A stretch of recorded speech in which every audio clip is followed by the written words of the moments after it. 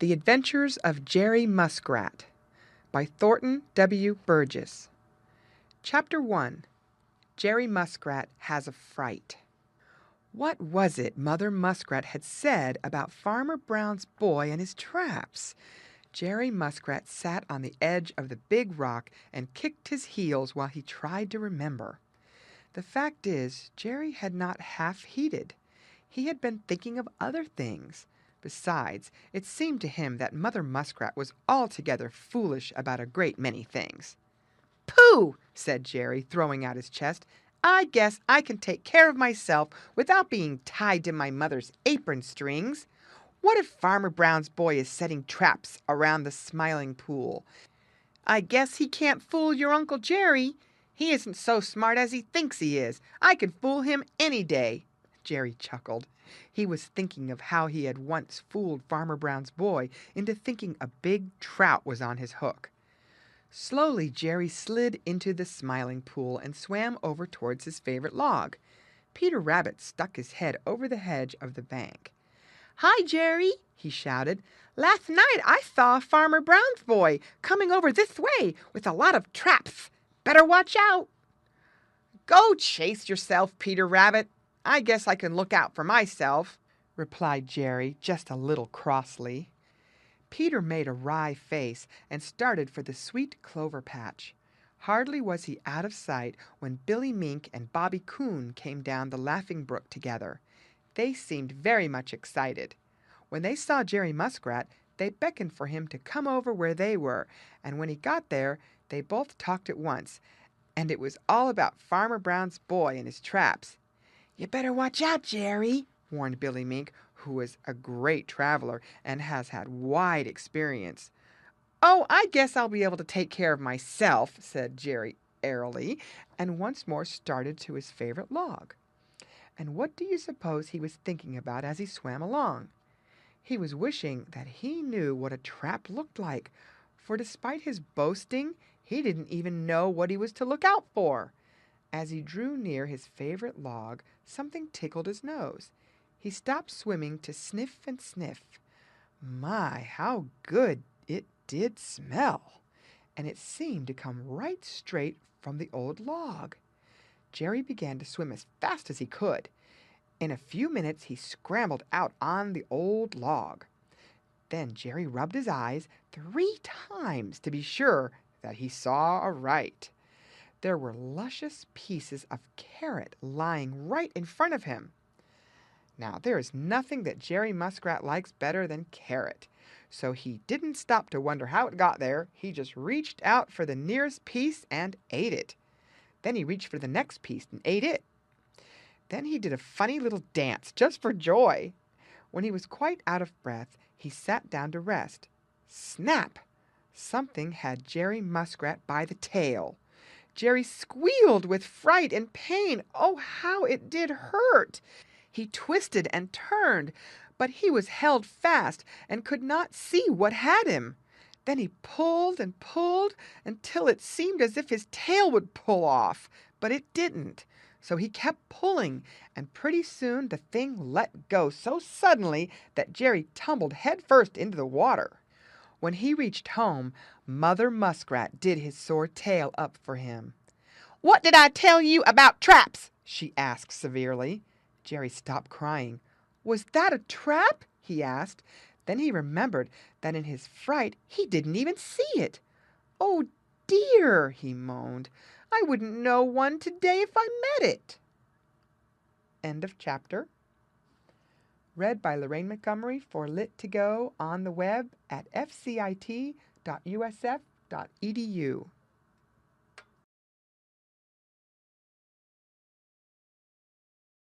The Adventures of Jerry Muskrat by Thornton W. Burgess. Chapter 2. The Convention at the Big Rock. Jolly, round, red Mr. Sun looked down on the Smiling Pool. He almost forgot to keep on climbing up in the blue sky, he was so interested in what he saw there. What do you think it was? Why, it was a convention at the Big Rock, the queerest convention he ever had seen. Your papa would say that it was a mass meeting of angry citizens. Maybe it was, but that is a pretty long term. Anyway, Mother Muskrat said it was a convention, and she ought to know, for she is the one who had called it. Of course, Jerry Muskrat was there, and his uncles and aunts, and all his cousins. Billy Mink was there, and all his relations, even old Grandfather Mink, who had lost most of his teeth and is a little hard of hearing. Little Joe Otter was there, with his father and mother and all of his relations, even to his third cousins.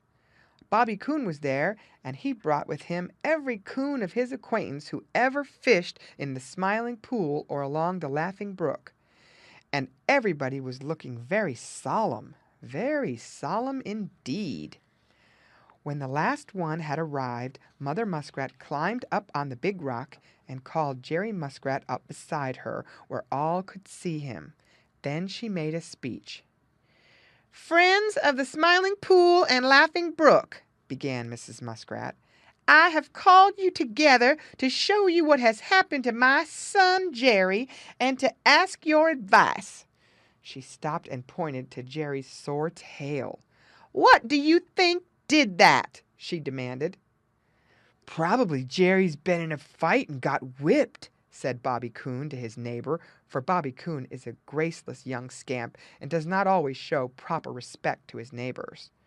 Mrs. Muskrat glared at him, for she had overheard the remark. Then she held up one hand to command silence. "Friends, it was a trap set by Farmer Brown's boy, a trap to catch you and me and our children," she said solemnly. "It is no longer safe for our little folks to play around the Smiling Pool or along the Laughing Brook. What are we going to do about it?" Everybody looked at everybody else in dismay. Then everybody began to talk at once, and if Farmer Brown's boy could have heard all the things said about him, his cheeks certainly would have burned. Indeed, I'm afraid that they would have blistered. Such excitement! Everybody had a different idea, and nobody would listen to anybody else. Old Mr. Mink lost his temper and called Grandpa Otter a meddlesome know-nothing. It looked very much as if the convention was going to break up in a sad quarrel. Then Mr. Coon climbed up on the big rock and with a stick pounded for silence. "I move," said he, "that inasmuch as we cannot agree, we tell Great-Grandfather Frog all about the danger and ask his advice, for he is very old and very wise and remembers when the world was young. All in favor, please raise their right hands." At once the air was full of hands, and everybody was good-natured once more, so it was agreed to call in Great-Grandfather Frog. End of chapter. Read by Lorraine Montgomery for Lit2Go on the web at fcit.usf.edu.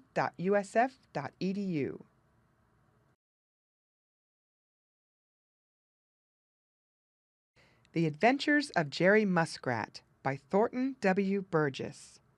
Chapter 3. The Oracle of the Smiling Pool. Grandfather Frog sat on his big green lily pad with his eyes half closed for all the world, as if he knew nothing about the meeting at the big rock. Of course, he did know, for there isn't much going on around the Smiling Pool which he doesn't see, or at least hear all about. The Merry Little Breezes, who are here, there, and everywhere, told him all that was going on, so that when he saw Jerry Muskrat and Little Joe Otter swimming towards him, he knew what they were coming for, but he pretended to be very much surprised when Jerry Muskrat very politely said, "Good morning, Grandfather Frog." "Good morning, Jerry Muskrat. You're out early this morning," replied Grandfather Frog. "If you please, you are wanted over at the big rock," said Jerry. Grandfather Frog's eyes twinkled, but he made his voice very deep and gruff as he replied, "Sugar-rum, you're a scamp, Jerry Muskrat, and Little Joe Otter is another. What trick are you trying to play on me now?" Jerry Muskrat and Little Joe Otter looked a wee bit sheepish, for it was true that they were forever trying to play tricks on Grandfather Frog. "Really and truly, Grandfather Frog, there isn't any trick this time," said Jerry. There is a meeting at the Big Rock to try to decide what to do to keep Farmer Brown's boy from setting traps around the Smiling Pool and along the Laughing Brook, and everybody wants your advice because you are so old and so wise. Please come." Grandfather Frog smoothed down his white and yellow waistcoat and pretended to think the matter over very seriously, while Jerry and Little Joe fidgeted impatiently. Finally he spoke. "I am very old, as you have said, Jerry Muskrat, and it is a long way over to the Big Rock." "Get right on my back and I'll take you over there," said Jerry eagerly. "I'm afraid that you'll spill me off," replied Grandfather Frog. "No, I won't. Just try me and see," begged Jerry. So Grandfather Frog climbed on Jerry Muskrat's back, and Jerry started for the Big Rock as fast as he could go. When all the Minks and the Otters and the Coons and the Muskrats saw them coming, they gave a great shout, for Grandfather Frog is sometimes called the Oracle of the Smiling Pool. You know, an oracle is one who is very wise. Bobby Coon helped Grandfather Frog up on the Big Rock, and when he had made himself comfortable, Mrs. Muskrat told him all about Farmer Brown's boy and his traps, and how Jerry had been caught in one by the tail, and she ended by asking for his advice, because they all knew that he was so wise. When she said this, Grandfather Frog puffed himself up until it seemed as if his white and yellow waistcoat would surely burst. He sat very still for a while and gazed straight at jolly, round, red Mr. Sun without blinking once. Then he spoke in a very deep voice. "Tomorrow morning at sunrise I will tell you what to do," said he, and not another word could they get out of him. End of chapter. Read by Lorraine Montgomery for Lit2Go on the web at fcit.usf.edu.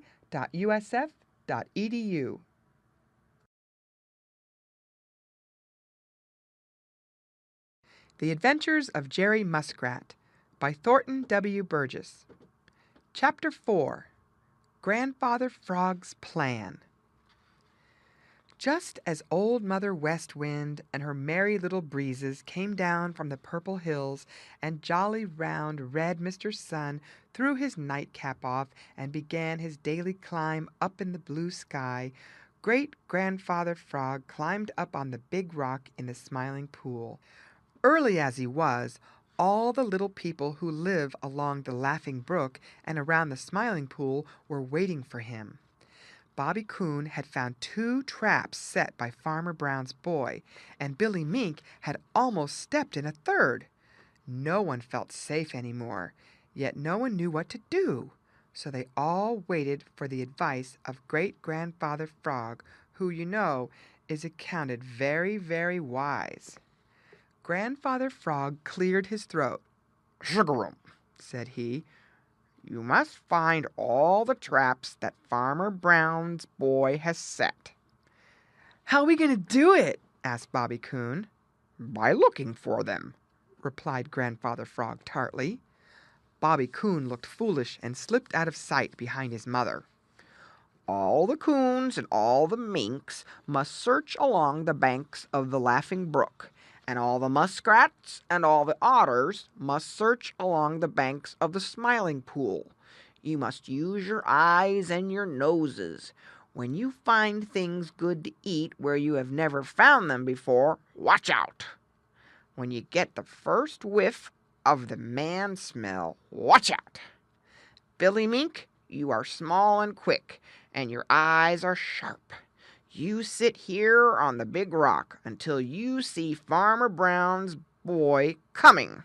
Then go hide in the bulrushes where you can watch him, but where he cannot see you. Follow him everywhere he goes around the Smiling Pool or along the Laughing Brook. Without knowing it, he will show you where every trap is hidden. When all the traps have been found, drop a stick or a stone in each. That will spring them, and then they will be harmless. Then you can bury them deep in the mud, but don't eat any of the food until you have sprung all of the traps, for just as likely as not you will get caught. When all the traps have been sprung, why not bring all the good things to eat which you find around them to the big rock, and have a grand feast?" "Hurrah for Grandfather Frog! That's a great idea!" shouted Little Joe Otter, turning a somersault in the water. Everyone agreed with Little Joe Otter, and immediately they began to plan a grand hunt for the traps of Farmer Brown's boy. The muskrats and the otters started to search the banks of the Smiling Pool, and the coons and the minks, all but Billy, started for the Laughing Brook. Billy climbed up on the big rock to watch, and Grandfather Frog slowly swam back to his big green lily pad to wait for some foolish green flies for his breakfast. End of chapter. Read by Lorraine Montgomery for Lit to Go on the web at fcit.usf.edu.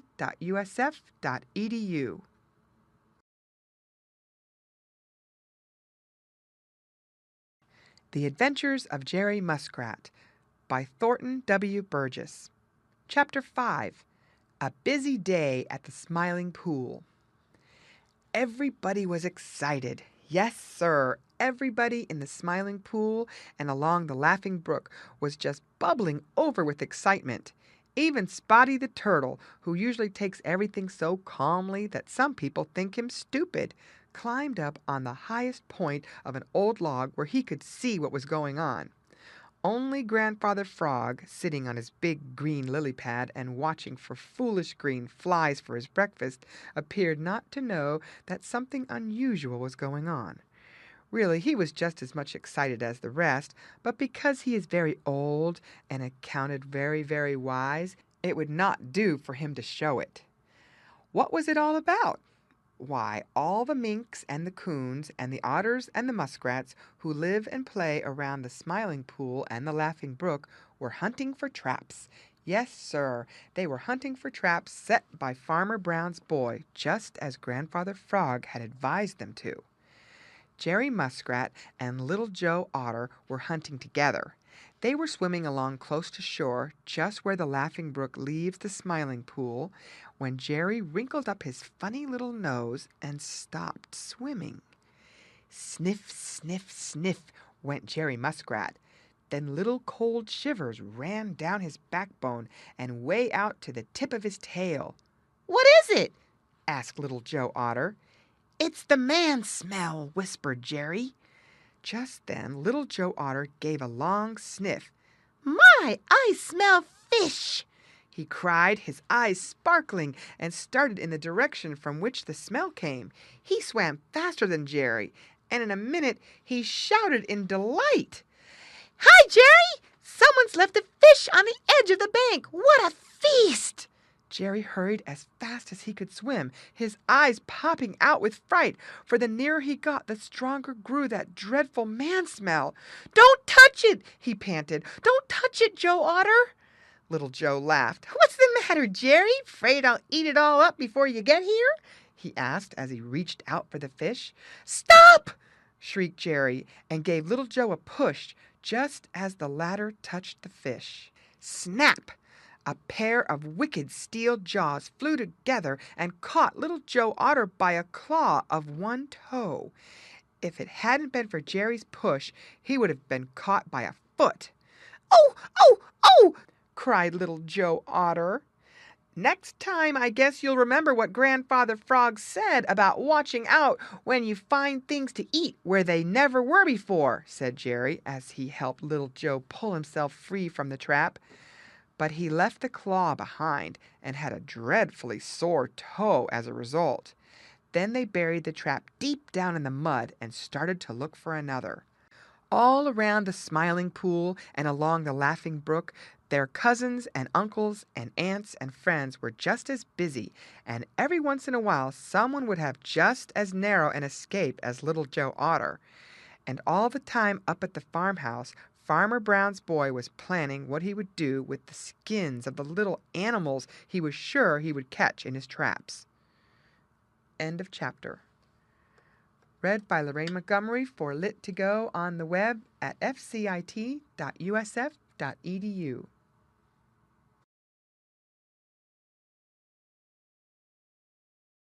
The Adventures of Jerry Muskrat by Thornton W. Burgess.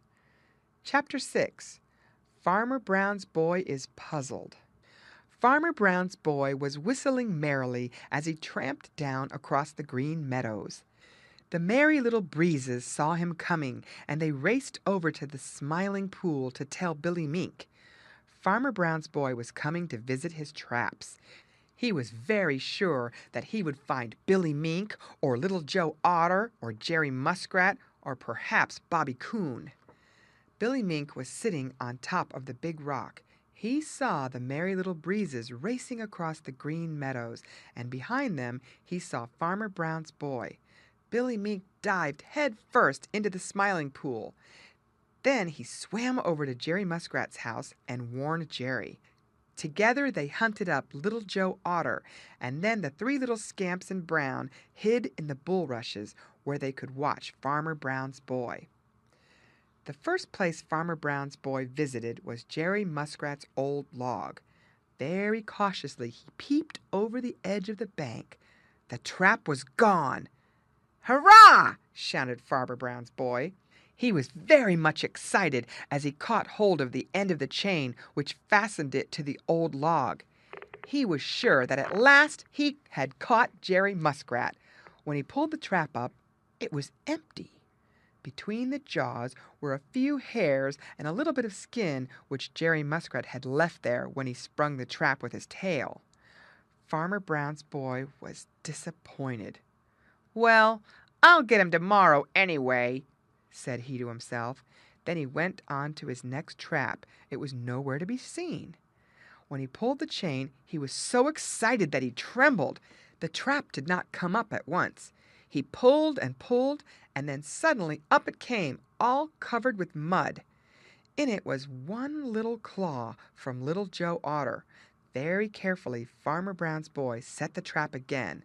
If he could have looked over in the bulrushes and have seen Little Joe Otter and Billy Mink and Jerry Muskrat watching him and tickling and laughing, he would not have been so sure that next time he would catch Little Joe Otter. All around the Smiling Pool and then up and down the Laughing Brook, Farmer Brown's boy tramped, and each trap he found sprung and buried in the mud. He had stopped whistling by this time, and there was a puzzled frown on his freckled face. What did it mean? Could some other boy have found all his traps and played a trick by springing all of them? The more he thought about it, the more puzzled he became. You see, he did not know anything about the busy day the Minks and the Otters and the Muskrats and the Coons had spent the day before. Old Grandfather Frog, sitting on his big green lily pad, smoothed down his white and yellow waistcoat and winked up at jolly round red Mr. Sun as Farmer Brown's boy tramped off across the Green Meadows. "Sugar-'em," said Grandfather Frog as he snapped up a foolish green fly. "Much good it will do you to set those traps again." Then Grandfather Frog called to Billy Mink and sent him to tell all the little people of the Smiling Pool and the Laughing Brook that they must hurry and spring all the traps again, as they had before. This time it was easy, because they knew just where the traps were, so all day long they dropped sticks and stones into the traps and once more sprung them. Then they prepared for a grand feast of the good things to eat which Farmer Brown's boy had left, scattered around the traps. End of chapter. Read by Lorraine Montgomery for Lit2Go on the web at fcit.usf.edu.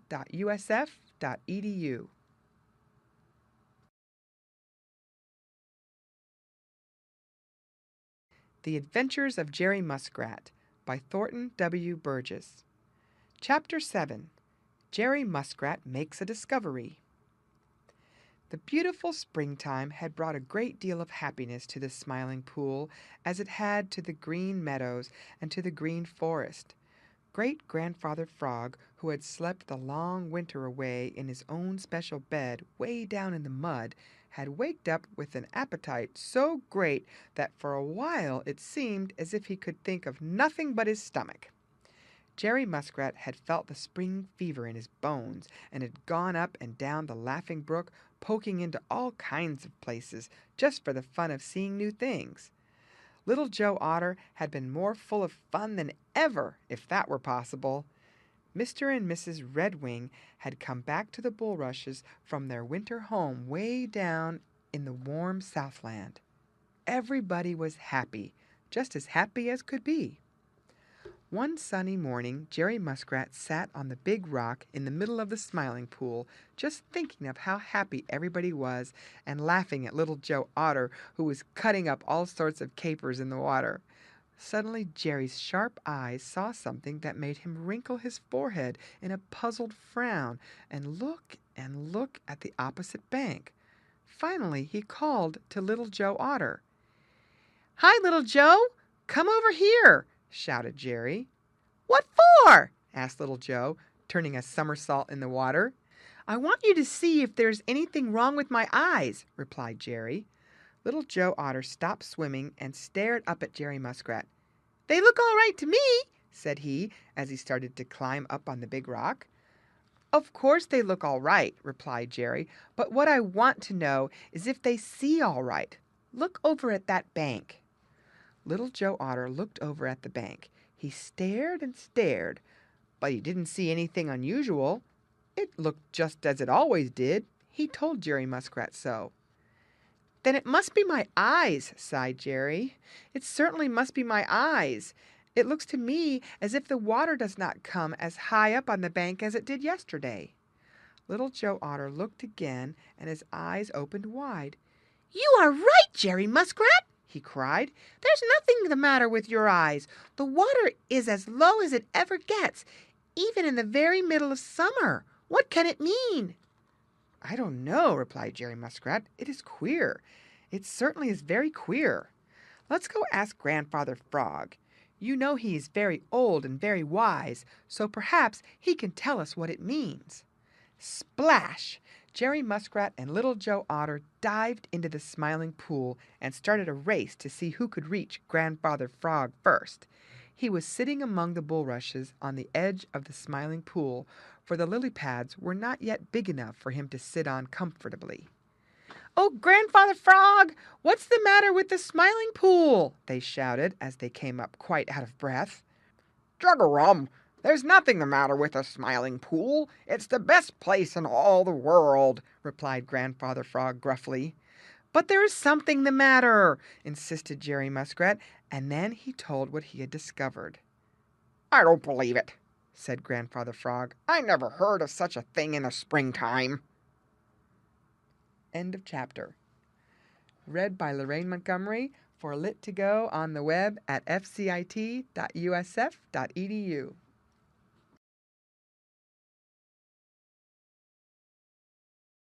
The Adventures of Jerry Muskrat by Thornton W. Burgess.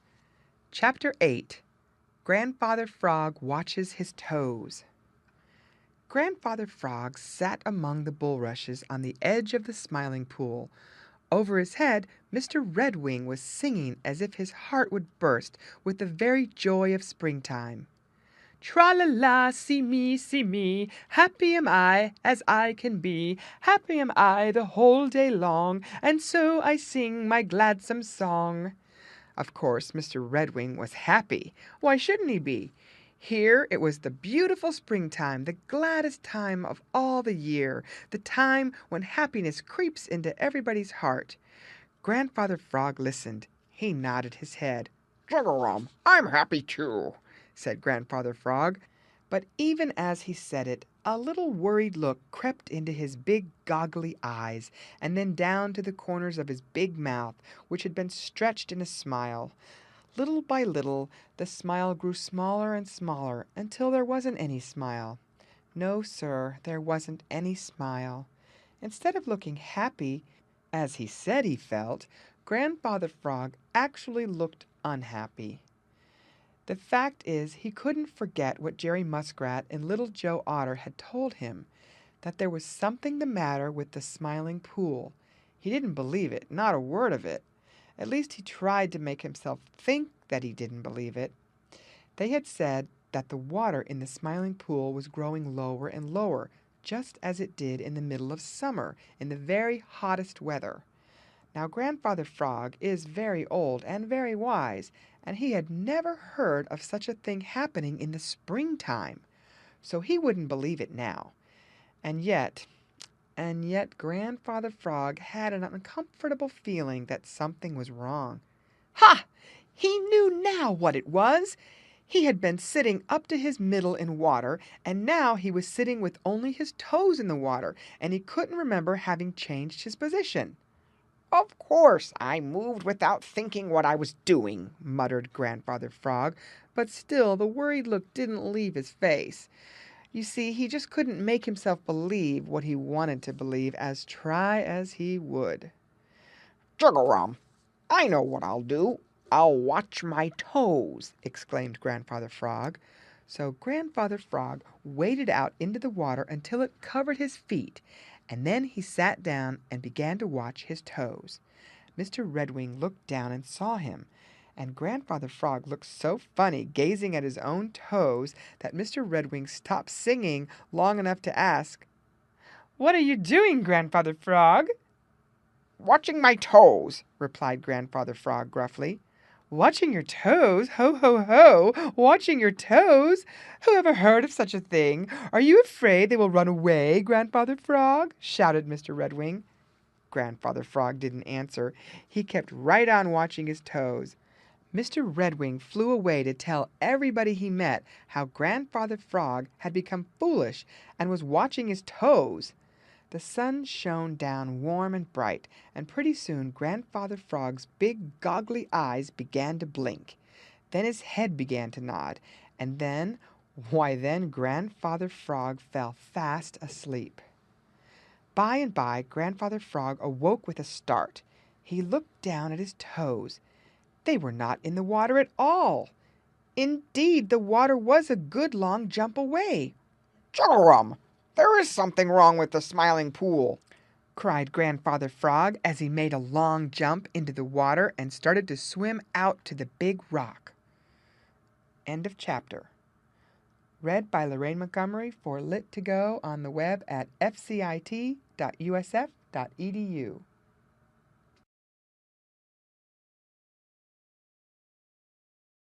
The Adventures of Jerry Muskrat by Thornton W. Burgess. Chapter 9. The Laughing Brook Stops Laughing. There was something wrong. Grandfather Frog knew it the very minute he got up that morning. At first he couldn't think what it was. He sat with just his head out of water and blinked his great goggly eyes as he tried to think what it was that was wrong. Suddenly Grandfather Frog realized how still it was. It was a different kind of stillness from anything he could ever remember. He missed something, and he couldn't think what it was. It wasn't the song of Mr. Redwing. There were many times when he didn't hear that. It was... Grandfather Frog gave a startled jump out onto the shore. "Juggarum! It's the Laughing Brook! The Laughing Brook has stopped laughing!" cried Grandfather Frog. Could it be? Who ever heard of such a thing, excepting when Jack Frost bound the Laughing Brook with hard black ice? Why, in the spring and in the summer and in the fall the Laughing Brook had laughed, such a merry, happy laugh, ever since Grandfather Frog could remember. And you know he can remember way back in the long ago, for he is very old and very wise. Never once in all that time had the Laughing Brook failed to laugh. It couldn't be true now. Grandfather Frog put a hand behind one ear and listened, but not a sound could he hear. "Juggarum! It must be me," said Grandfather Frog. "It must be that I am growing old and deaf. I'll go over and ask Jerry Muskrat." So Grandfather Frog dove into the water and swam out to the middle of the Smiling Pool, on his way to Jerry Muskrat's house. It was then that he first fully realized the truth of what Jerry Muskrat and Little Joe Otter had told him the day before, that there was something very, very wrong with the Smiling Pool. He stopped swimming to look around, and it seemed as if his great goggly eyes would pop right out of his head. Yes, sir, it seemed as if those great goggly eyes certainly would pop right out of Grandfather Frog's head. The Smiling Pool had grown so small that there wasn't enough of it left to smile. "Where are you going, Grandfather Frog?" asked a voice over his head. Grandfather Frog looked up. Looking down on him from over the edge of the big rock was Jerry Muskrat. The edge of the big rock was twice as high above the water as Grandfather Frog had ever seen it before. I was going to swim over to your house to see you," replied Grandfather Frog. "It's of no use," replied Jerry, "because I'm not there. Besides, you couldn't swim there anyway." "Why not?" demanded Grandfather Frog in great surprise. Because it isn't in the water any longer. It's way up on dry land," said Jerry Muskrat in the most mournful voice. "What's that you say?" cried Grandfather Frog, as if he couldn't believe his own ears. "It's just as true as that I'm sitting here," replied Jerry sadly. "Listen, Jerry Muskrat, and tell me truly, is the Laughing Brook laughing?" cried Grandfather Frog sharply. "No," replied Jerry, "the Laughing Brook has stopped laughing, and the Smiling Pool has stopped smiling, and I think the world is upside down." End of chapter. Read by Lorraine Montgomery for Lit2Go on the web at fcit.usf.edu.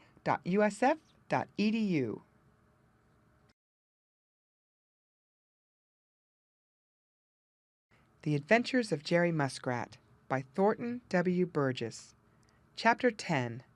Why the World Seemed Upside Down to Jerry Muskrat. Jerry Muskrat sat on the big rock in the Smiling Pool, which smiled no longer, and held his head in both hands, for his head ached. He had thought and thought and thought until it seemed to him that his head would split, and with all his thinking he didn't understand things any more now than he had in the beginning. You see, Jerry Muskrat's little world was topsy-turvy. Yes, sir, Jerry's world was upside down. Anyway, it seemed so to him, and he couldn't understand it at all. The Smiling Pool, the Laughing Brook, and the Green Meadows are Jerry Muskrat's little world. Now, as he sat on the big rock and looked about him, the Green Meadows were as lovely as ever. He could see no change in them. But the Laughing Brook had stopped laughing, and the Smiling Pool had stopped smiling.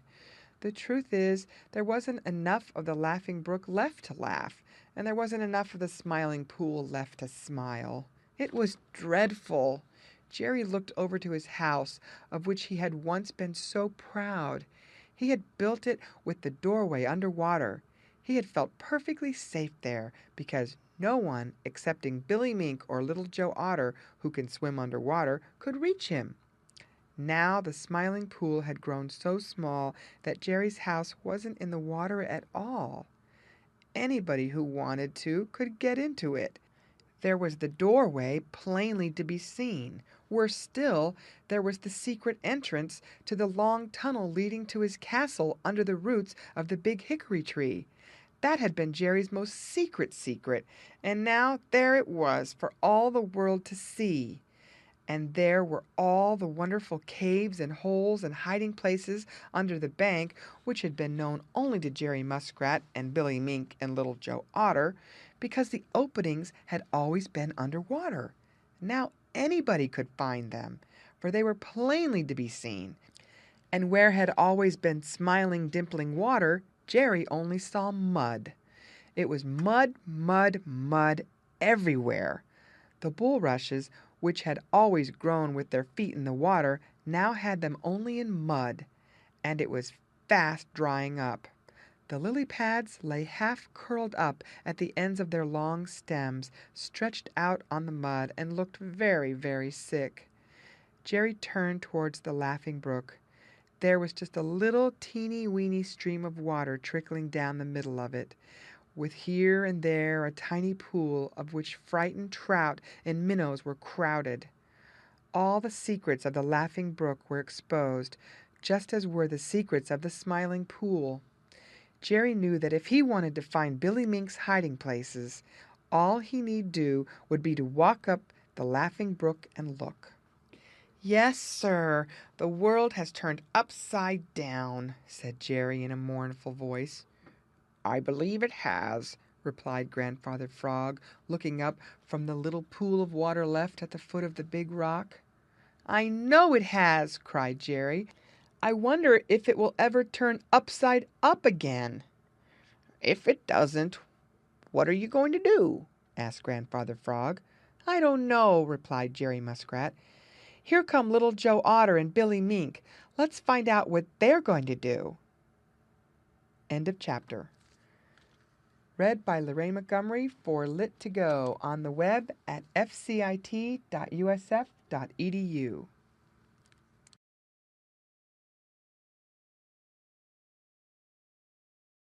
The Adventures of Jerry Muskrat by Thornton W. Burgess.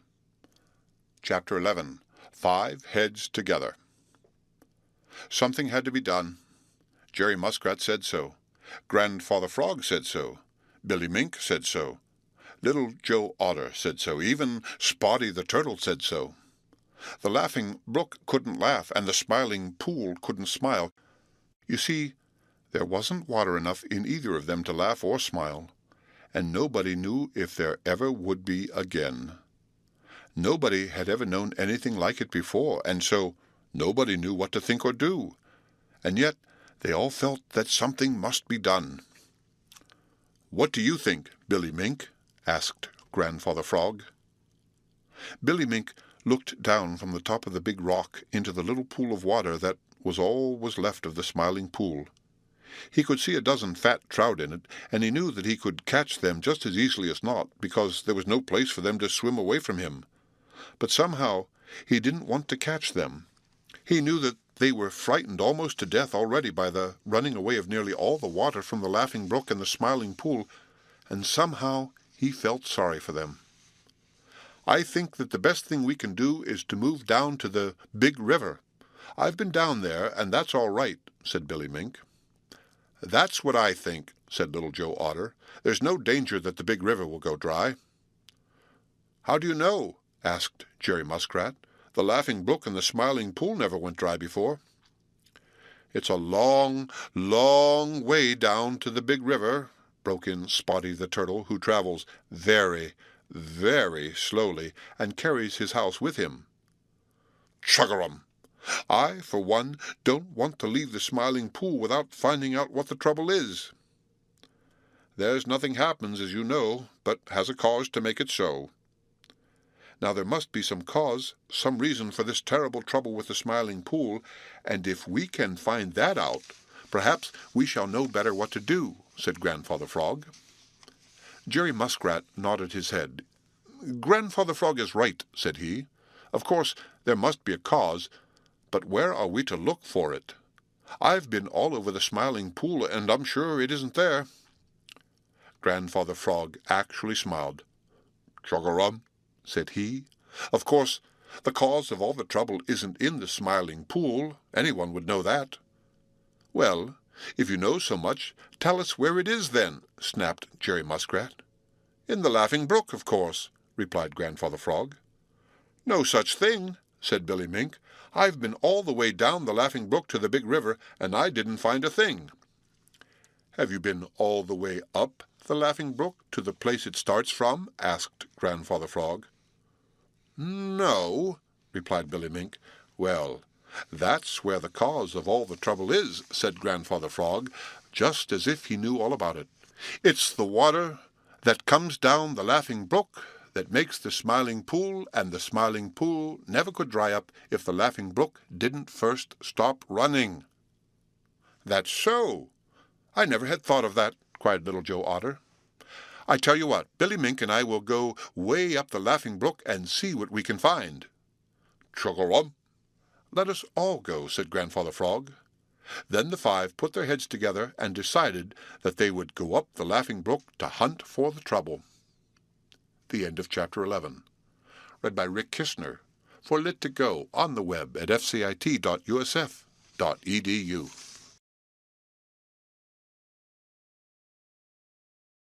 The Adventures of Jerry Muskrat by Thornton W. Burgess.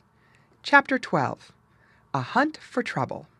Ol' Mistah Buzzard, sailing high in the blue, blue sky, looked down on a funny sight. Yes, sir, it certainly was a funny sight.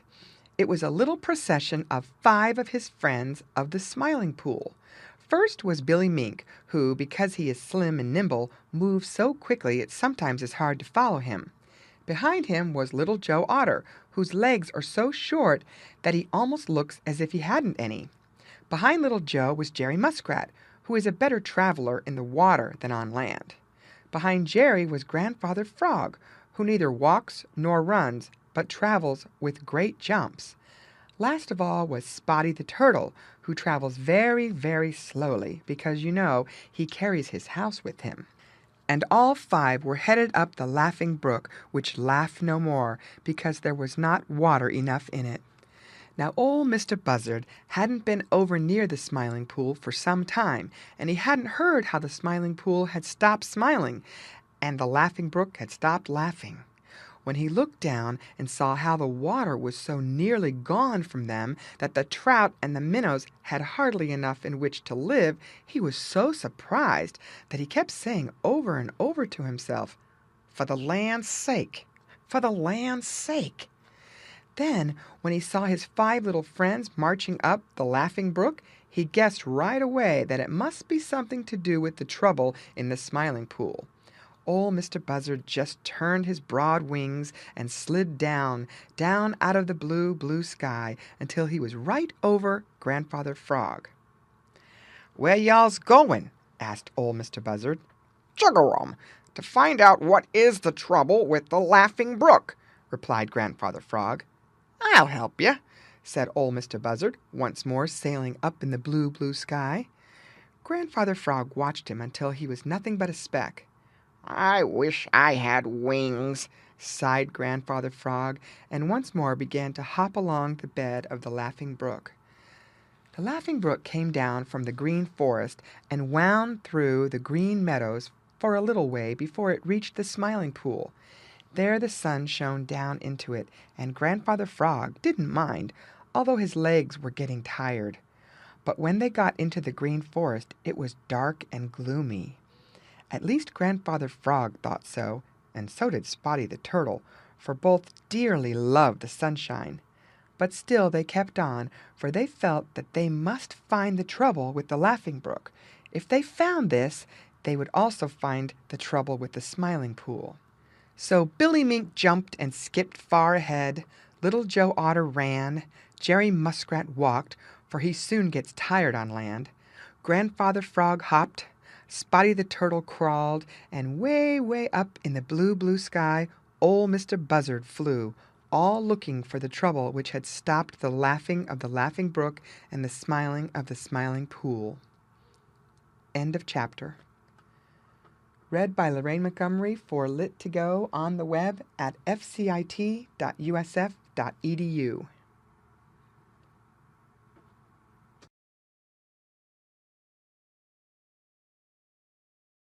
The Adventures of Jerry Muskrat by Thornton W. Burgess.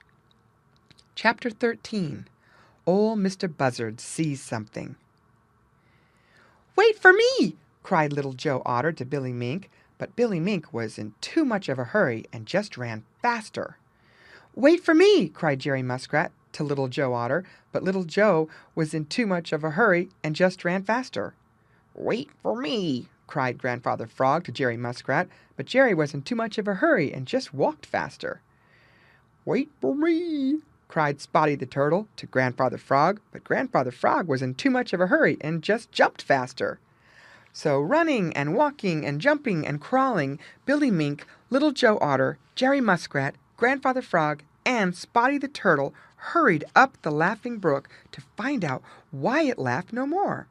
And high overhead in the blue, blue sky sailed Ol' Mistah Buzzard, and he was also looking for the trouble that had taken away the laugh from the Laughing Brook and the smile from the Smiling Pool. Now Ol' Mistah Buzzard's eyes are very sharp, and looking down from way up in the blue, blue sky, he can see a great deal.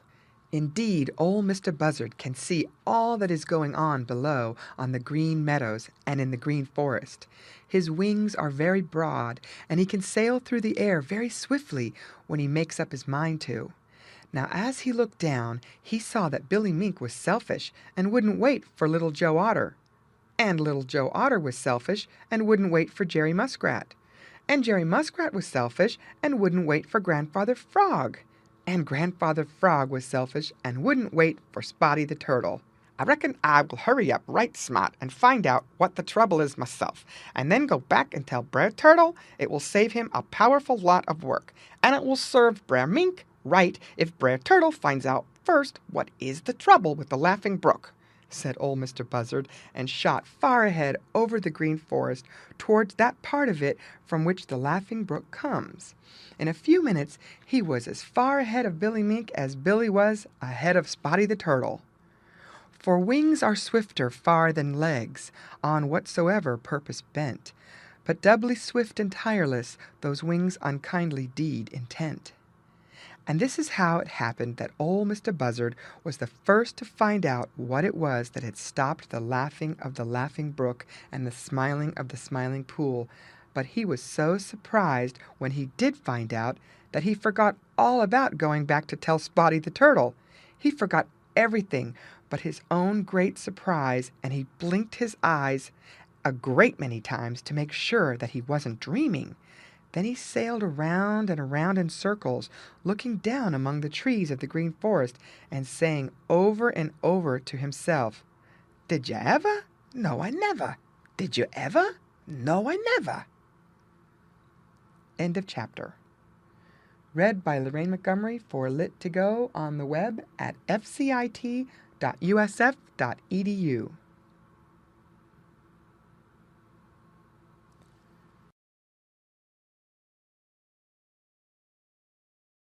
The Adventures of Jerry Muskrat by Thornton W. Burgess.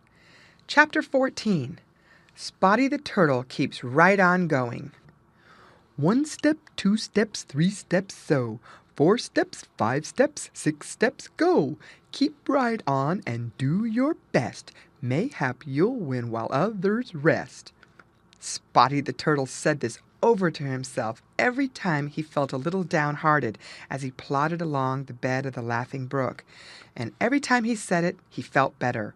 1 step, 2 steps, he kept saying over and over, and each time he said it, he took a step and then another. They were very short steps indeed, for Spotty's legs are very short. But each one carried him forward just so much, and he knew that he was just so much nearer the thing he was seeking. Anyway, he hoped he was. You see, if the Laughing Brook would never laugh any more, and the Smiling Pool would never smile any more, there was nothing to do but to go down to the big river to live, and no one wanted to do that, especially Grandfather Frog and Spotty the Turtle. Now, because Billy Mink could go faster than Little Joe Otter, and Little Joe Otter could go faster than Jerry Muskrat, and Jerry could go faster than Grandfather Frog, and Grandfather Frog could go faster than Spotty the Turtle, and because each one wanted to be the first to find the trouble, no one would wait for the one behind him. So Spotty the Turtle, who has to carry his house with him, was a long, long way behind the others, but he kept right on going.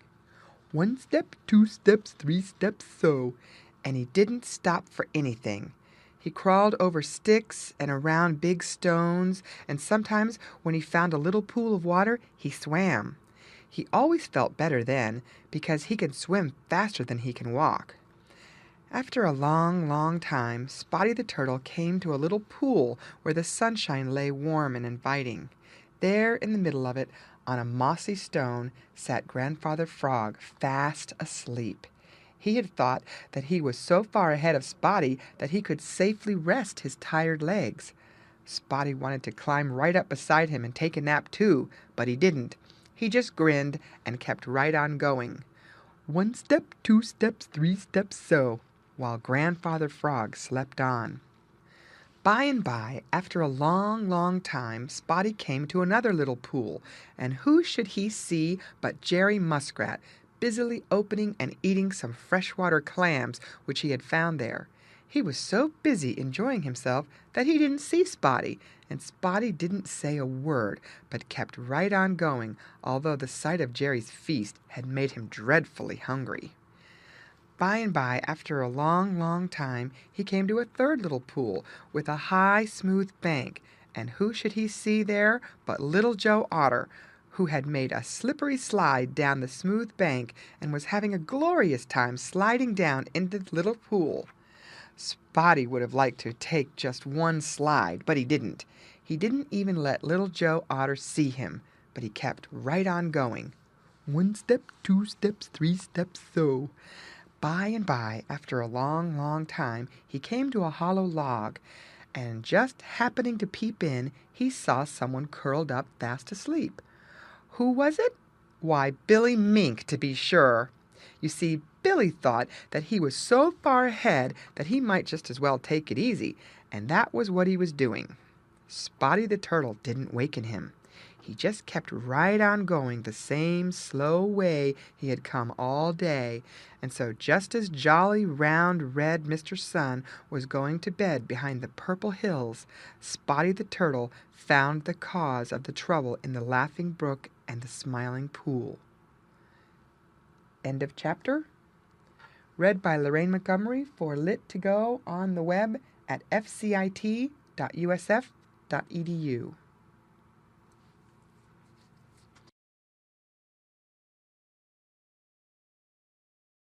The Adventures of Jerry Muskrat by Thornton W. Burgess. Chapter 15. What Spotty the Turtle Found. Spotty the Turtle stared and stared and stared until it seemed as if his eyes surely would pop out of his funny little head. Of course, he could believe his own eyes, and yet, well, if anybody else had seen what he was looking at and had told him about it, he wouldn't have believed it. No, sir, he wouldn't have believed it. You see, he couldn't have believed it because it didn't seem as if it could be really and truly so. He wondered if the sun shining in his eyes made him think he saw more than he really did see, so he carefully changed his position. It made no difference. Then Spotty was sure that what he saw was real, and that he had found the cause of the trouble in the Laughing Brook, which had made it stop laughing and the Smiling Pool stop smiling. Spotty the Turtle was feeling pretty good. In fact, Spotty was feeling very good indeed, because he had been the first to find out what was the matter with the Laughing Brook. At least he thought that he was the first, and he was of all the little people who live in the Smiling Pool. Only old Mr. Buzzard had been before him, and he didn't count because his wings are broad, and all he had to do was to sail over the Green Forest and look down. The ones who really counted were Billy Mink and Little Joe Otter and Jerry Muskrat and Grandfather Frog. Billy Mink had stopped for a nap. Little Joe Otter had stopped to play. Jerry Muskrat had stopped to eat. Grandfather Frog had stopped for a sun nap, but Spotty the Turtle had kept right on going, and now here he was, the first one to find the cause of the trouble in the Laughing Brook. Do you wonder that he felt proud and very happy? Keeping at it, that's the way Spotty won the race that day. But now Spotty was beginning to wish that some of the others would hurry up. He wanted to know what they thought. He wanted to talk it all over. It was such a surprising thing that he could make neither head nor tail of it himself, and he wondered what the others would say. And now the long black shadows were creeping through the Green Forest, and if they didn't get there pretty soon, they would have to wait until the next day. So Spotty the Turtle found a good place to spend the night, and then he sat down to watch and wait. Right before him was the thing which he had found, and which puzzled him so. What was it? Why, it was a wall. Yes, sir, that is just what it was, a wall of logs and sticks and mud, and it was right across the Laughing Brook, where the banks were steep and narrow. Of course the Laughing Brook could laugh no longer. There couldn't enough water get through that wall of logs and sticks and mud to make even the beginning of a laugh. Spotty wondered what lay behind that wall, and who had built it, and what for, and a lot of other things, and he was still wondering when he fell asleep. End of chapter. Read by Lorraine Montgomery for Lit2Go on the web at fcit.usf.edu.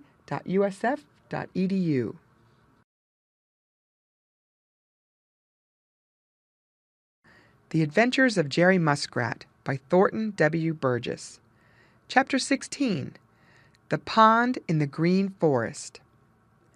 Spotty the Turtle was awake by the time the first rays of the rising sun began to creep through the green forest. He was far, far up the Laughing Brook, very much farther than he had ever been before, and as he yawned and stretched, he wondered if after all he hadn't dreamed about the wall of logs and sticks and mud across the Laughing Brook. When he had rubbed the last sleepy wink out of his eyes, he looked again. There it was, just as he had seen it the night before. Then Spotty knew that it was real, and he began to wonder what was on the other side of it. "I cannot climb it, for my legs were never made for climbing," said Spotty mournfully as he looked at his funny little black feet. "Oh dear, I wish that I could climb like Happy Jack Squirrel." Just then a thought popped into his head and chased away the little frown that had crept into Spotty's face. "Perhaps Happy Jack sometimes wishes that he could swim as I can.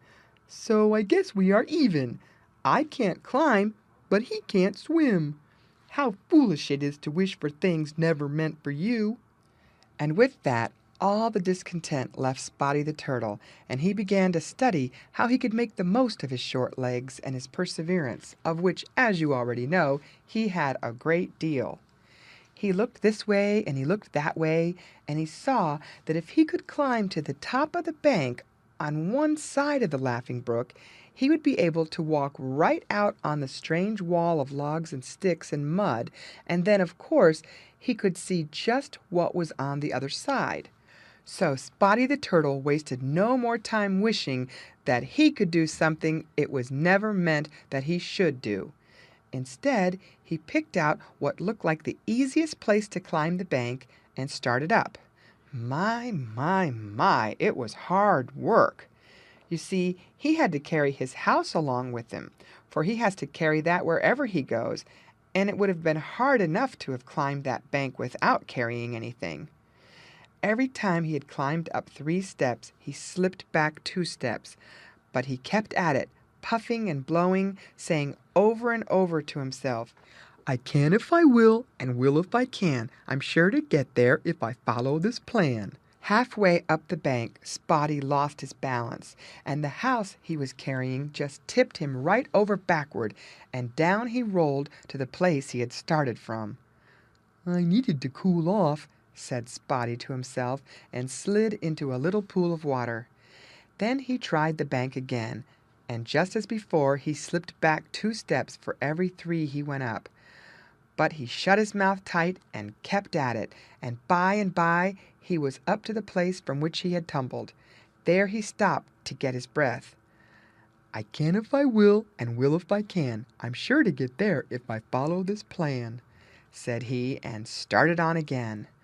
Twice more he tumbled clear down to the place he had started from, but each time he laughed at himself and tried again, and at last he reached the top of the bank. "I said I could if I would, and I would if I could, and I have," he cried. Then he hurried to see what was behind the strange wall. What do you think it was? Why, a pond! Yes, sir, there was a pond right in the middle of the green forest. Trees were coming up right out of the middle of it, but it was a sure enough pond. Spotty found it harder work to believe his own eyes now than when he had first seen the strange wall across the Laughing Brook. Why, what does it mean?" exclaimed Spotty the Turtle.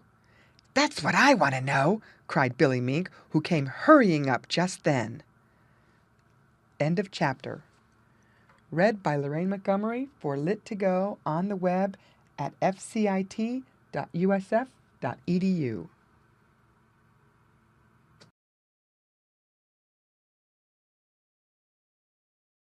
The Adventures of Jerry Muskrat by Thornton W. Burgess. Chapter 17.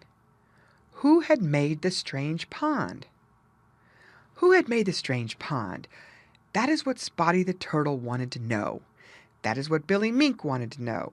So did Little Joe Otter and Jerry Muskrat and Grandfather Frog when they arrived. So did old Mr. Buzzard, looking down from the blue, blue sky. It was very strange indeed. Never had there been a pond in that part of the Green Forest before, not even in the days when Sister South Wind melted the snow so fast that the Laughing Brook ran over its banks and the Smiling Pool grew twice as large as it ought to be. Of course, someone had made it. Spotty the Turtle had known that as soon as he had seen the strange pond. All in a flash he had understood what that wall of logs and brush and mud across the Laughing Brook was for. It was to stop the water from running down the Laughing Brook. And of course, if the water couldn't keep on running and laughing on its way to the Smiling Pool, it would just stand still and grow into a pond. Of course! There was nothing else for it to do. Spotty felt very proud when he had thought that out all by himself. "This wall we are sitting on has made the pond," said Spotty the Turtle after a long time in which no one had spoken. "You don't say so," said Billy Mink. "How ever did you guess it? Are you sure, quite sure, that the pond didn't make the wall?" Spotty knew that Billy Mink was making fun of him, but he is too good-natured to lose his temper over a little thing like that. He tried to think of something smart to say in reply, but Spotty is a slow thinker as well as a slow walker, and before he could think of anything, Billy was talking once more. "This wall is what Farmer Brown's boy calls a dam," said Billy Mink, who was a great traveler. "Dams are usually built to keep water from running where it isn't wanted, or to make it go where it is wanted. Now what I want to know is, who under the sun wants a pond way back here in the Green Forest, and what is it for? Who do you think built this dam, Grandfather Frog?" Grandfather Frog shook his head. His big goggly eyes seemed more goggly than ever as he stared at the new pond in the Green Forest. "I don't know," said Grandfather Frog. "I don't know what to think." "Why, it must be Farmer Brown's boy or Farmer Brown himself," said Jerry Muskrat. "Of course," said Little Joe Otter, just as if he knew all about it. Still Grandfather Frog shook his head as if he didn't agree. "I don't know," said Grandfather Frog. "I don't know. It doesn't look so to me." Billy Mink ran along the top of the dam and down the backside. He looked it over with those sharp little eyes of his. "Grandfather Frog is right," said he when he came back. "It doesn't look like the work of Farmer Brown or Farmer Brown's boy. But if they didn't do it, who did? Who could have done it?" "I don't know," said Grandfather Frog again, in a dreamy sort of voice. Spotty the Turtle looked at him and saw that Grandfather Frog's face wore the far-away look that it always does when he tells a story of the days when the world was young. "I don't know," he repeated, "but it looks to me very much like the work of—" Grandfather Frog stopped short off and turned to Jerry Muskrat. "Jerry Muskrat," said he so sharply that Jerry nearly lost his balance in his surprise, "has your big cousin come down from the north?" End of chapter. Read by Lorraine Montgomery for Lit2Go on the web at fcit.usf.edu.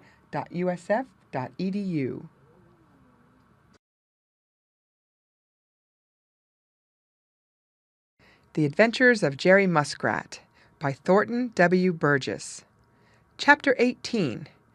Jerry Muskrat's Big Cousin. Fiddle, faddle, feedle, fuddle. Was there ever such a muddle? Fuddle, feedle, faddle, fiddle. Who is there will solve the riddle? Here was the Laughing Brook laughing no longer. Here was the Smiling Pool smiling no longer. Here was a brand new pond deep in the green forest. Here was a wall of logs and bushes and mud called a dam, built by someone whom nobody had seen. And here was Grandfather Frog asking Jerry Muskrat if his big cousin had come down from the north, when Jerry didn't even know that he had a big cousin. I haven't any big cousin," said Jerry, when he had quite recovered from his surprise at Grandfather Frog's question. "Chug-a-rum!" exclaimed Grandfather Frog, and the scornful way in which he said it made Jerry Muskrat feel very small. "Chug-a-rum! Of course you've got a big cousin in the north. Do you mean to tell me you don't know that, Jerry Muskrat?" Jerry had to admit that it was true that he didn't know anything about that big cousin. If Grandfather Frog said that he had one, it must be so, for Grandfather Frog is very old and very wise, and he knows a great deal. Still, it was very hard for Jerry to believe that he had a big cousin of whom he had never heard. Did you ever see him, Grandfather Frog?" Jerry asked. "No," snapped Grandfather Frog, "I never did. But I know all about him. He is a great worker, is this big cousin of yours, and he builds dams like this one we are sitting on." "I don't believe it," cried Billy Mink. "I don't believe any cousin of Jerry Muskrat's ever built such a dam as this. Why, just look at that great tree trunk at the bottom. No one but Farmer Brown or Farmer Brown's boy could ever have dragged that there. You're crazy, Grandfather Frog, just plain crazy." Billy Mink sometimes is very disrespectful to Grandfather Frog. "Chug-a-rum!" replied Grandfather Frog. "I'm pretty old, but I'm not too old to learn, as some folks seem to be." And he looked very hard at Billy Mink. "Did I say that tree trunk was dragged here?" "No," replied Billy Mink. "But if it wasn't dragged here, how did it get here? You are so smart, Grandfather Frog. Tell me that." Grandfather Frog blinked his great goggly eyes at Billy Mink as he said, just as if he was very, very sorry for Billy, "Your eyes are very bright and very sharp, Billy Mink, and it is a great pity that you have never learned how to use them. That tree wasn't dragged here. It was cut so that it fell right where it lies." As he spoke, Grandfather Frog pointed to the stump of the tree, and Billy Mink saw that he was right. But Billy Mink is like a great many other people. He dearly loves to have the last word. Now he suddenly began to laugh. "Ha, ha, ha, ho, ho, ho," laughed Billy Mink. "Ho, ho, ho, ha, ha, ha."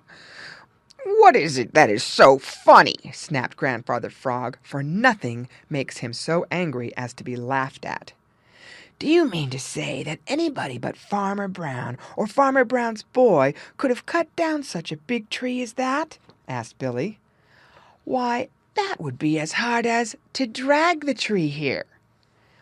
"Jerry Muskrat's big cousin from the north could do it, and I believe he did," replied Grandfather Frog.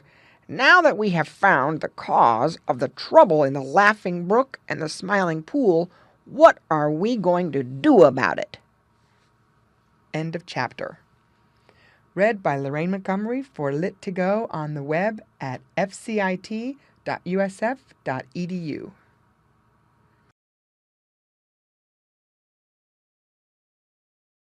The Adventures of Jerry Muskrat by Thornton W. Burgess.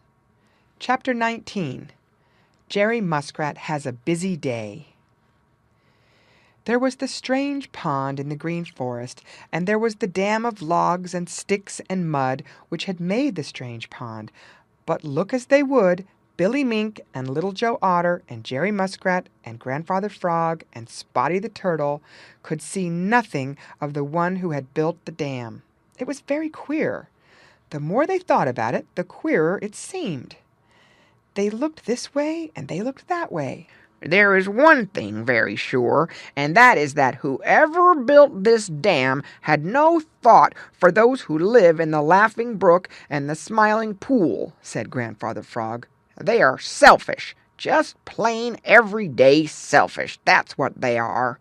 Now the Laughing Brook cannot laugh, and the Smiling Pool cannot smile, while this dam stops the water from running, and so—" Grandfather Frog stopped and looked around at his four friends. "And so what?" cried Billy Mink impatiently. "And so we must spoil this dam. We must make a place for the water to run through," said Grandfather Frog very gravely. "Of course, that's the very thing!" cried Little Joe Otter and Billy Mink and Jerry Muskrat and Spotty the Turtle. Then Little Joe Otter looked at Billy Mink, and Billy Mink looked at Jerry Muskrat, and Jerry Muskrat looked at Spotty the Turtle, and after that they all looked very hard at Grandfather Frog, and all together they asked, "How are we going to do it?" Grandfather Frog scratched his head thoughtfully and looked a long time at the dam of logs and sticks and mud. Then his big mouth widened in a big smile.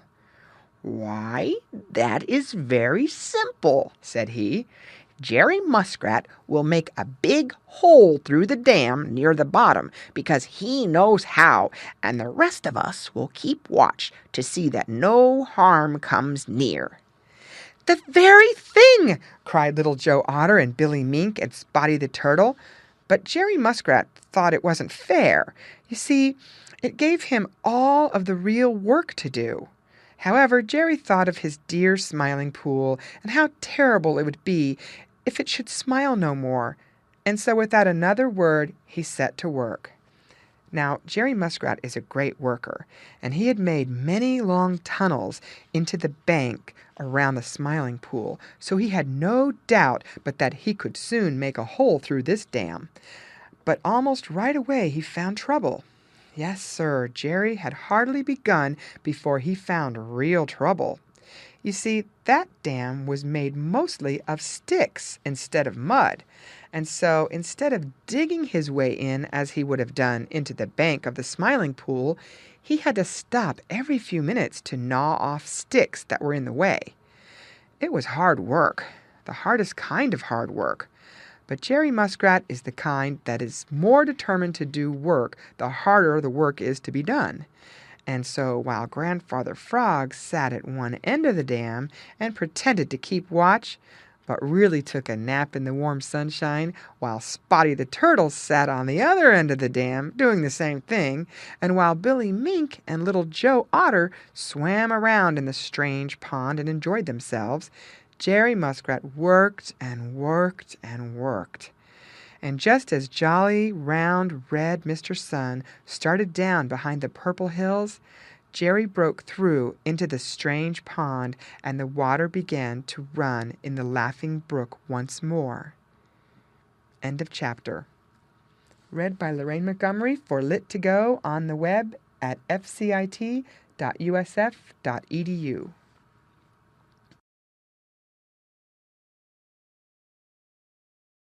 The Adventures of Jerry Muskrat by Thornton W. Burgess. Chapter 20. Jerry has a dreadful disappointment. There's nothing in this world that's sure, no matter how we scheme and plan. We simply have to be content with doing just the best we can. Jerry Muskrat had curled himself up for the night, so tired that he could hardly keep his eyes open long enough to find a comfortable place to sleep. But he was happy. Yes, indeed, Jerry was happy. He could hear the Laughing Brook beginning to laugh again. It was just a little low, gurgling laugh, but Jerry knew that in a little while it would grow into the full laugh that makes music through the green forest and puts happiness into the hearts of all who hear it. So Jerry was happy, for was it not because of him that the Laughing Brook was beginning to laugh? He had worked all the long day to make a hole through the dam which someone had built across the Laughing Brook, and so stopped its laughter. Now the water was running again, and soon the new, strange pond behind the dam there in the Green Forest would be gone, and the Laughing Brook and the Smiling Pool would be their own beautiful selves once more. It was because he had worked so hard all day that he was going to sleep now. Usually He would rather sleep a part of the day and be abroad at night. Very pleasant dreams had Jerry Muskrat that night. Dreams of the dear smiling pool, smiling just as it had as long as Jerry could remember before this trouble had come. He was still dreaming when Spotty the Turtle found him and waked him, for it was broad daylight. Jerry yawned and stretched, and then he lay still for a minute to listen to the pleasant murmur of the Laughing Brook. But there wasn't any pleasant murmur. There wasn't any sound at all. Jerry began to wonder if he really was awake after all. He looked at Spotty the Turtle, and he knew that he was, for Spotty's face had such a worried look. "Get up, Jerry Muskrat, and come look at the hole you made yesterday in the dam. You couldn't have done your work very well, for the hole has filled up so that the water does not run any more," said Spotty. "I did do it well," snapped Jerry crossly. "I did it just as well as I know how. You lazy folks who just sit and take sun naps while you pretend to keep watch had better get busy and do a little work yourselves if you don't like the way I work." I beg your pardon, Jerry Muskrat. I didn't mean to say just that," replied Spotty. You see, we are all worried. We thought last night that by this morning the Laughing Brook would be full of water again, and we could go back to the Smiling Pool as soon as we felt like it, and here it is, as bad as ever." "Perhaps the trouble is just that some sticks and grass drifted down in the water and filled up the hole I made. That must be the trouble," said Jerry hopefully as he hurried towards the dam. First he carefully examined it from the Laughing Brook side. Then he dived down under water on the other side. He was gone a long time, and Billy Mink was just getting ready to dive to see what had become of him when he came up again. "What is the trouble?" cried Spotty the Turtle and Grandfather Frog and Billy Mink and Little Joe Otter together. "Is the hole filled up with stuff that has drifted in?" Jerry shook his head as he slowly climbed out of the water. "No," said he. "No, it isn't filled with drift stuff brought down by the water. It is filled with sticks and mud that somebody has put there. Somebody has filled up the hole that I worked so hard to make yesterday, and it will take me all day to open it up again." Then Grandfather Frog and Spotty the Turtle and Billy Mink and Little Joe Otter and Jerry Muskrat stared at one another, and for a long time no one said a word. End of chapter. Read by Lorraine Montgomery for Lit2Go on the web at fcit.usf.edu.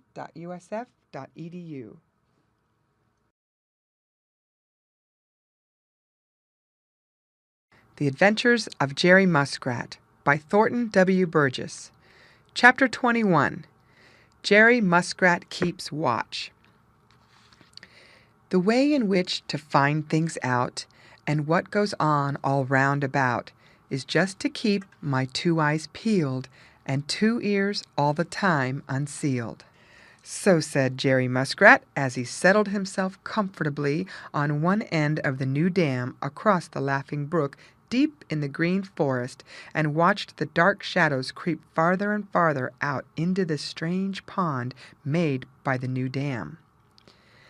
"I'm going to find out who it is that built this dam and who it is that filled the hole I made in it. I'm going to find out if I have to move up here and live all summer." The way in which Jerry said this and snapped his teeth together showed that he meant just what he said. You see, Jerry had spent another long, weary day opening the hole in the dam once more, only to have it closed again while he slept. That had been enough for Jerry. He hadn't tried again. Instead, he had made up his mind that he would find out who was playing such a trick on him. He would just watch until they came, and then, if they were not bigger than he, or there were not too many of them, he would... Well, the way Jerry gritted and clashed those sharp teeth of his sounded as if he meant to do something pretty bad. Billy Mink and Little Joe Otter had given up in disgust and started for the big river. They are great travelers anyway, and so didn't mind so much because there was no longer water enough in the Laughing Brook and the Smiling Pool.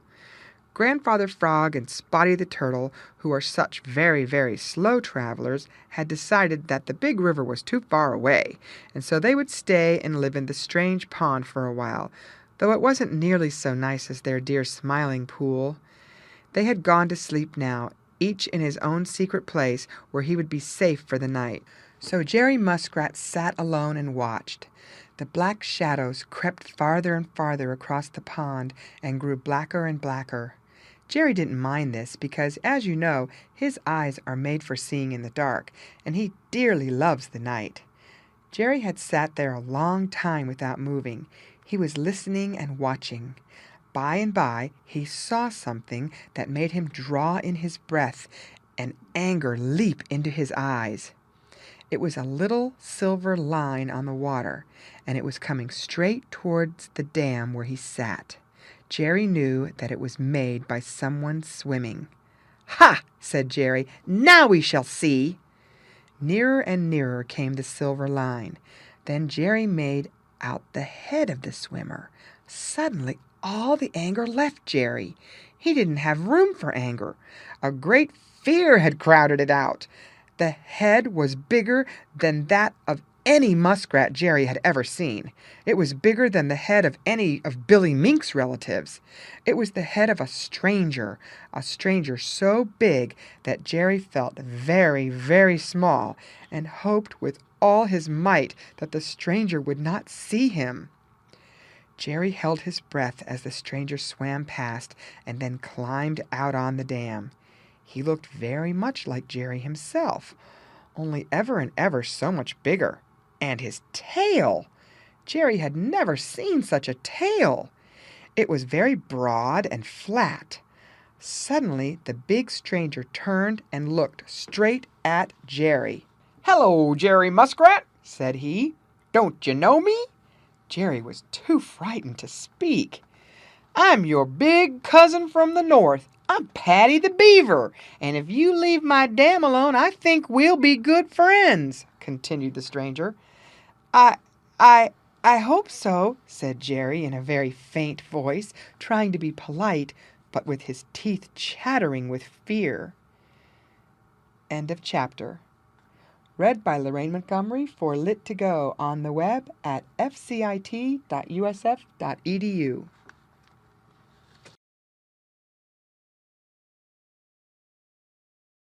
The Adventures of Jerry Muskrat by Thornton W. Burgess.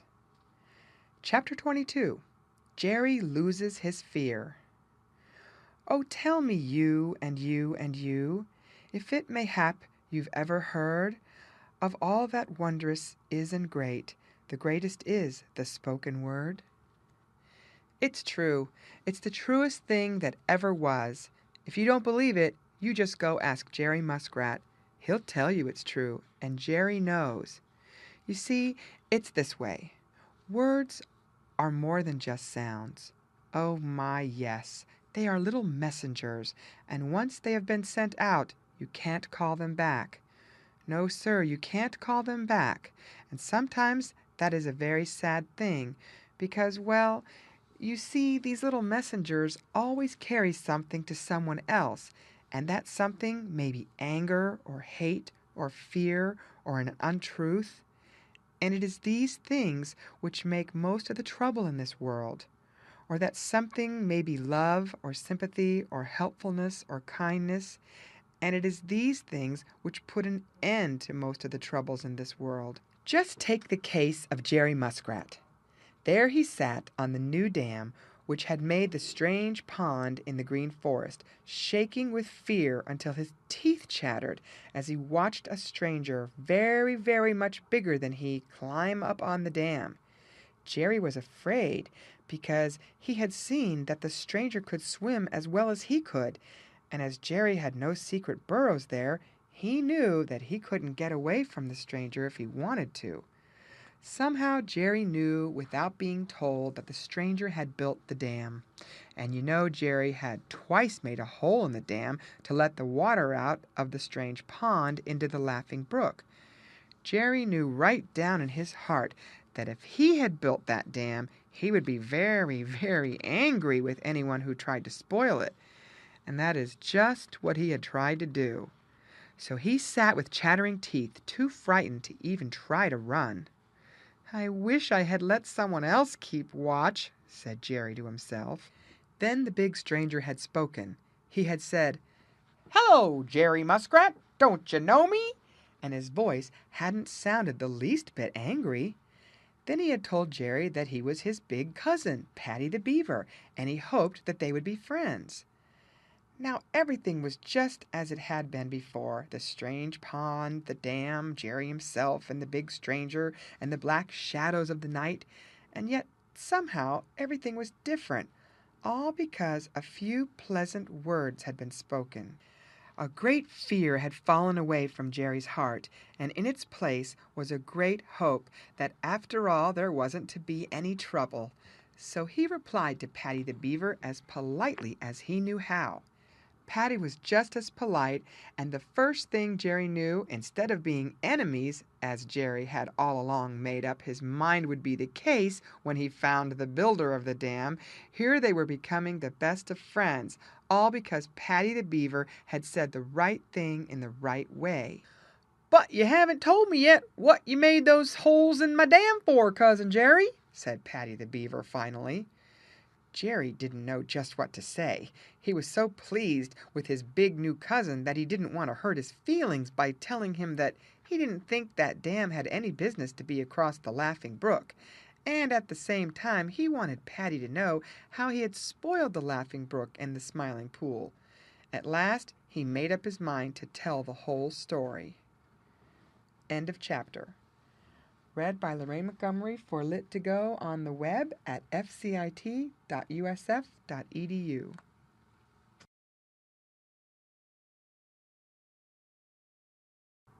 The Adventures of Jerry Muskrat by Thornton W. Burgess. Chapter 23. Paddy the Beaver Does a Kind Deed. Paddy the Beaver listened to all that his small cousin Jerry Muskrat had to tell him about the trouble which Paddy's dam had caused in the Laughing Brook and the Smiling Pool. "You see, we who live in the Smiling Pool love it dearly, and we don't want to have to leave it. But if the water cannot run down the Laughing Brook, there can be no Smiling Pool, and so we will have to move off to the Big River," concluded Jerry Muskrat. "That is why I tried to spoil your dam." There was a twinkle in the eyes of Paddy the Beaver as he replied, "Well, now that you have found out that you can't do that because I am bigger than you and can stop you, what are you going to do about it?" "I don't know," said Jerry Muskrat sadly. "I don't see what we can do about it. Of course you are big and strong and can do just as you please, but it doesn't seem right that we who have lived here so long should have to move and go away from all that we love so just because you, a stranger, happen to want to live here. I tell you what," Jerry's eyes sparkled as a brand new thought came to him. "Couldn't you come down and live in the Smiling Pool with us? I'm sure there is room enough." Paddy the Beaver shook his head. "Nope," said he, and Jerry's heart sank. "Nope, I can't do that because down there isn't any of the kind of food I eat. Besides, I wouldn't feel at all safe in the Smiling Pool. You see, I always live in the woods. No, I couldn't possibly come down to live in the Smiling Pool. But I'm truly sorry that I have made you so much worry, Cousin Jerry, and I'm going to prove it to you. Now you sit right here until I come back." Before Jerry realized what he was going to do, Paddy the Beaver dived into the pond, and as he disappeared, his broad tail hit the water such a slap that it made Jerry jump. Then there began a great disturbance down under water. In a few minutes up bobbed a stick, and then another and another, and the water grew so muddy that Jerry couldn't see what was going on. Paddy was gone a long time. Jerry wondered how he could stay underwater so long without air. All the time Paddy was just fooling him. He would come up to the surface, stick his nose out, nothing more, fill his lungs with fresh air, and go down again. Suddenly, Jerry Muskrat heard a sound that made him prick up his funny little short ears and whirl about so that he could look over the other side of the dam into the Laughing Brook. What do you think that sound was? Why, it was the sound of rushing water, the sweetest sound Jerry had listened to for a long time. There was a great hole in the dam, and already the brook was beginning to laugh as the water rushed down it. "How do you like that, Cousin Jerry?" said a voice right in his ear. Paddy the Beaver had climbed up beside him, and his eyes were twinkling. It's splendid!" cried Jerry. But you've spoiled your dam." "Oh, that's all right," replied Paddy. "I didn't really want it now anyway. I don't usually build dams at this time of year, and I built this one just for fun because it seemed such a nice place to build one. You see, I was traveling through here, and it seemed such a nice place that I thought I would stay a while. I didn't know anything about the Smiling Pool, you know. Now I guess I'll have to move on and find a place where I can make a pond in the fall that will not trouble other people. You see, I don't like to be troubled myself, and so I don't want to trouble other people. This green forest is a very nice place." "The very nicest place in all the world, excepting the Green Meadows and the Smiling Pool," replied Jerry promptly. "Won't you stay, Cousin Paddy? I'm sure we would all like to have you." "Of course we would," said a gruff voice right beside them. It was Grandfather Frog. Paddy the Beaver looked thoughtful. "Perhaps I will," said he, "if I can find some good hiding places in the Laughing Brook." End of chapter.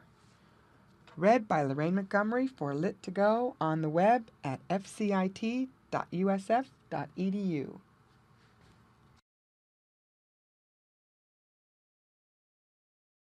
The Adventures of Jerry Muskrat by Thornton W. Burgess. Chapter 24. A Merry Home-Going. "The Laughing Brook is merry, and so am I," cried Jerry. Grandfather Frog said he was too, and Spotty was, the others knew.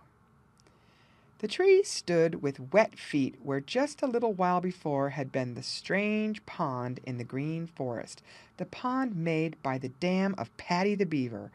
In the dam was a great hole made by Paddy himself. Through the Green Forest rang the laughter of the Laughing Brook, for once more the water ran deep between its banks. And in the hearts of Grandfather Frog and Jerry Muskrat and Spotty the Turtle was laughter also, for now the Smiling Pool would smile once more, and they could go home in peace and happiness. And there was one more who laughed. Who was it?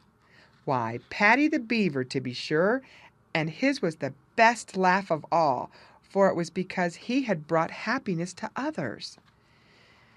"You beat me up here to the dam, but you won't beat me back to the Smiling Pool," cried Jerry Muskrat to Spotty the Turtle. Spotty laughed good-naturedly. "You'd better not stop to eat or play or sleep on the way then," said he, "for I shall keep right on going all the time. I've found that is the only way to get anywhere." "Let us all go down together," said Grandfather Frog. "We can help each other over the bad places." Jerry Muskrat laughed until he had to hold his sides at the very thought of Grandfather Frog or Spotty the Turtle being able to help him. But he is very good-natured, and so he agreed that they should all go down together. Paddy the Beaver said that he would go too, so off the four started. Jerry Muskrat and Paddy the Beaver swimming side by side, and behind them Grandfather Frog and Spotty the Turtle. Now Spotty the Turtle is a very slow traveler on land, but in the water Spotty is not so slow. In fact, it was not long before Grandfather Frog found he was the only one who could not keep up. You see, while he is a great diver and can swim fast for a short distance, he is soon tired out. Pretty soon he was puffing and blowing and dropping farther and farther behind. By and by, Spotty the Turtle looked back. There was Grandfather Frog just tumbling head first over a little waterfall. He came up choking and gasping and kicking his long legs very feebly.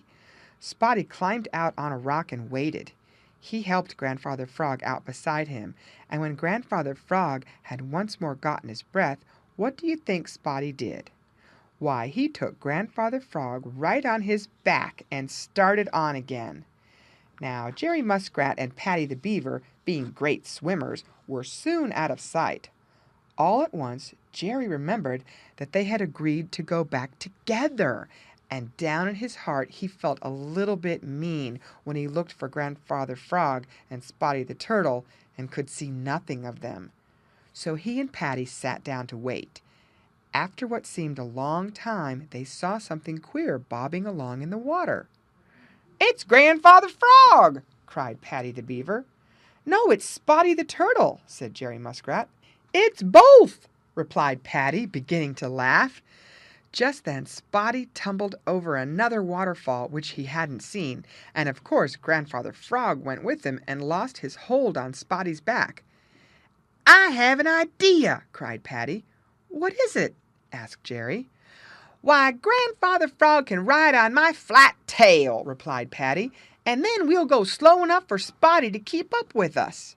And so it was that just as the first moonbeams kissed the Smiling Pool, out of the Laughing Brook swam the merriest party that ever was seen. "Chug-a-rum," said Grandfather Frog. "It is good to be home, but I think I would travel often if I could have the tail of Paddy the Beaver for a boat."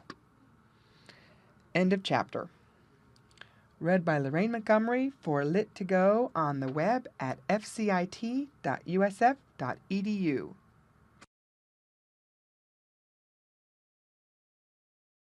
The Adventures of Jerry Muskrat by Thornton W. Burgess. Chapter 25. Paddy the Beaver Decides to Stay.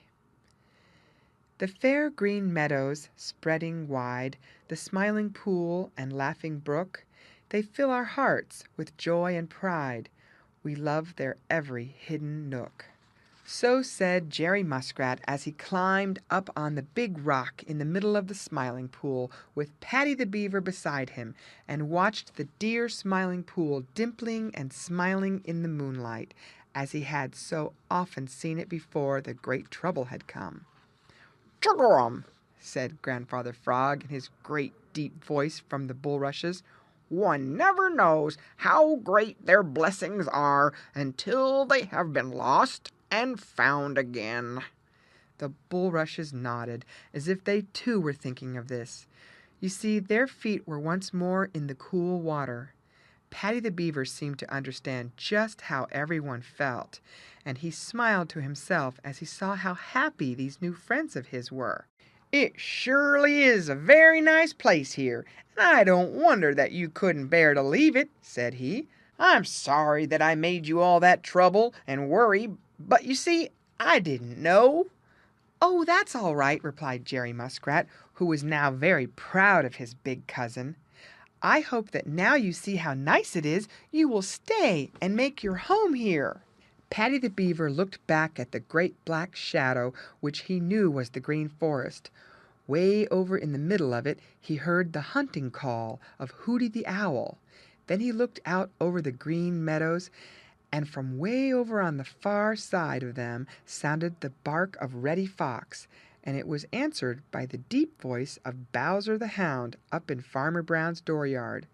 For some reason that last sound made Paddy the Beaver shiver a little, just as the voice of Hooty the Owl made the smaller people of the Green Forest and the Green Meadows shiver when they heard it. Paddy wasn't afraid of Hooty or of Reddy Fox, but Bowser's great voice was new to him, and somehow the very sound of it made him afraid. You see, the Green Meadows were so strange and open that he didn't feel at all at home, for he dearly loves the deepest part of the Green Forest. "No," said Paddy the Beaver, "I can't possibly live here in the Smiling Pool. It is a very nice pool, but it wouldn't do at all for me, Cousin Jerry, 'cause I wouldn't feel safe here a minute. Besides, there's nothing to eat here." "Oh, yes, there is," Jerry Muskrat interrupted. "There are lily roots and the nicest fresh-water clams and—" "But there are no trees," said Paddy the Beaver, "and you know I have to have trees." Jerry stared at Paddy as if he didn't understand. Do you eat trees?" he asked finally. Paddy laughed. "Just the bark," said he, "and I have to have a great deal of it." Jerry looked as disappointed as he felt. "Of course you can't stay then," said he, and I had thought that we would have such good times together." Paddy's eyes twinkled. "Perhaps we may yet," said he. "You see, I have about made up my mind that I will stay a while along the Laughing Brook in the Green Forest, and you can come to see me there.